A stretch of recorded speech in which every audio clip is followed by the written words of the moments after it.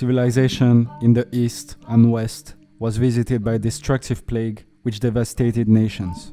It swallowed up many of the good things of civilization. It overtook governments at the time of their senility, when they had reached the limit of their duration. It lessened their power and curtailed their influence.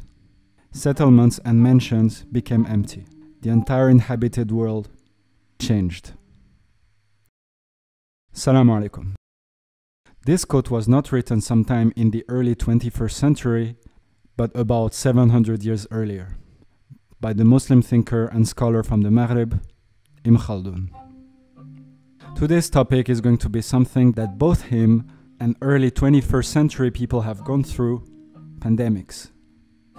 By exploring briefly how pandemics have influenced Ibn Khaldun's life and work, and what lessons he draws from them in his theory on the rise and fall of civilizations.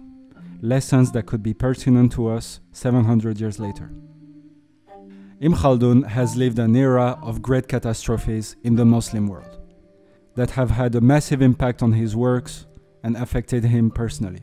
The Spanish Reconquista, as his ancestors have been residing for centuries in Andalusia and have fled across the Mediterranean Sea to Tunis. The Mongol invasions, as he has witnessed the sack of Damascus with his own eyes and personally met and negotiated with the Mongol tyrant Tamerlane.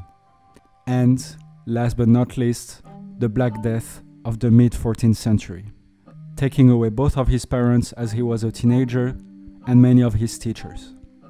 Moreover, Ibn Khaldun also noticed that the Black Death has caused even more casualties in Christian Europe, and were compounded with famines and wars. All these disasters laid, so to speak, a fertile ground for Ibn Khaldun to write about the rise and fall of civilizations on his masterpiece, the Muqaddimah. In a previous video, we could see how Ibn Khaldun was considering sedentary life as being prone to illness. In a similar way, he describes cities as being more likely to develop epidemics, or, in worst case, pandemics. For Ibn Khaldun, sedentary life starts with agriculture, which later on develops into a city under the control of a government. And as this government is successful and fair in its policies, economic and cultural output grow hand in hand with the population, confident in what the future promises. As a result, generation after generation, the urban area becomes more dense, which almost mechanically leads to greater chances of contamination via the air, water, or animals.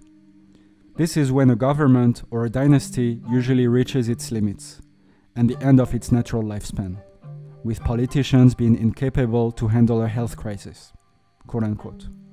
There is an abundant civilization and a large population at the end of dynasties, and pestilences and famines frequently occur then, end of quote. For Ibn Khaldun, that state of political senility is normal in a government, after decades and decades of exposition to abundance and luxury. The same way it is natural for an old person to reach senility, in both cases, it is a chronic disease that can be cured, because it goes in accordance with human nature.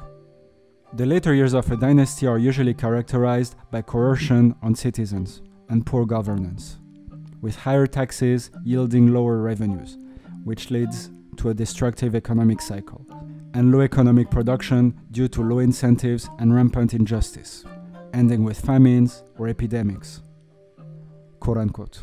The principal reason for epidemics is the corruption of air, through too large a civilization. This also is the reason why pestilences occur much more frequently in dense settled cities than elsewhere, as, for instance, in Cairo in the east and in Fez in the Maghrib. When the air is stagnant and bad, or close to corrupt waters, it is speedily affected by putrescence. All living beings who are there will speedily be affected by illness. This fact is confirmed by direct observation. End of quote.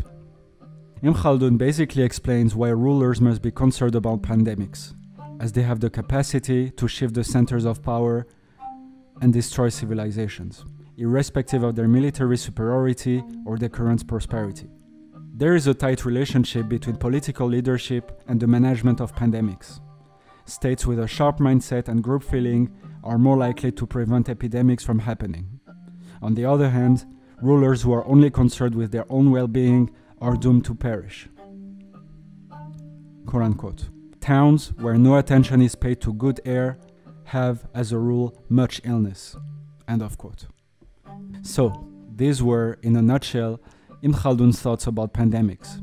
They naturally happen once a city reaches a critical mass, polluting air and water and spreading among people, and are one of those events revealing a state's true competence and current stage in its lifespan.